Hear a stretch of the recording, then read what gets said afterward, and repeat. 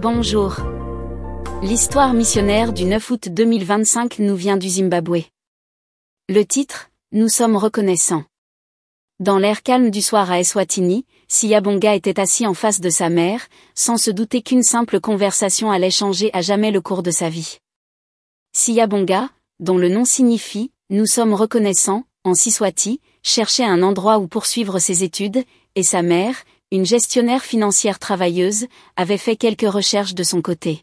« Je pense avoir trouvé l'endroit qui te convient », lui dit-elle doucement. Cet endroit était l'université Solusi au Zimbabwe, un endroit dont Siyabonga n'avait jamais entendu parler, mais où Dieu avait déjà préparé un chemin pour lui. Il a accepté d'essayer, sans savoir que ce qui l'attendait là-bas n'était pas seulement une éducation, mais une transformation complète de son cœur. Dès son arrivée, Solusi a senti que cet endroit était différent. Ce n'était pas seulement les cours ou les étudiants, c'était l'esprit qui régnait là-bas. Dès son premier week-end, il a remarqué quelque chose d'inhabituel, tout le monde allait à l'église le samedi. Curieux, il a demandé pourquoi, et la réponse a été simple, c'est ainsi que font les adventistes. Siyabonga n'était pas religieux.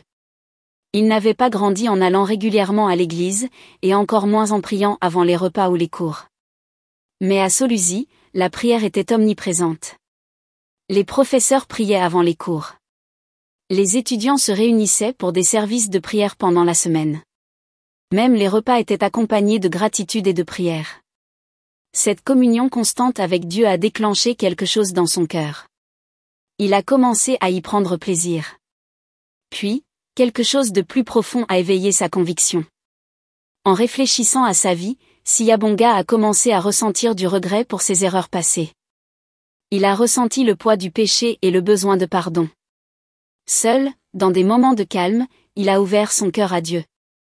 Il avait déjà pensé au baptême, mais il avait continué à repousser cette décision, ne sachant pas si c'était la bonne chose à faire.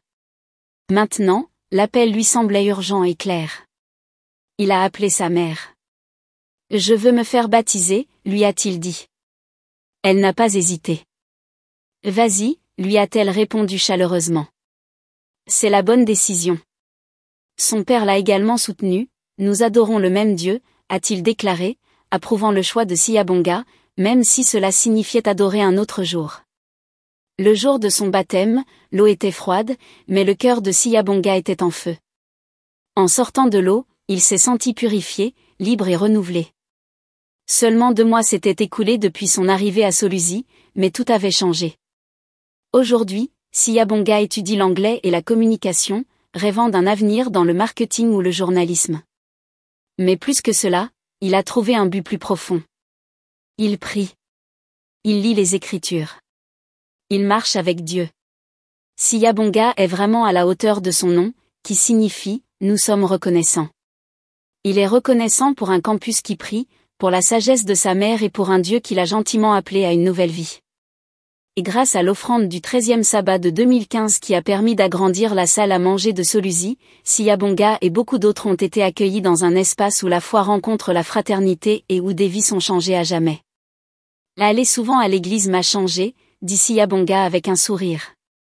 Cela m'a rapproché de Dieu. Solusi est un bon endroit pour se rapprocher de Dieu.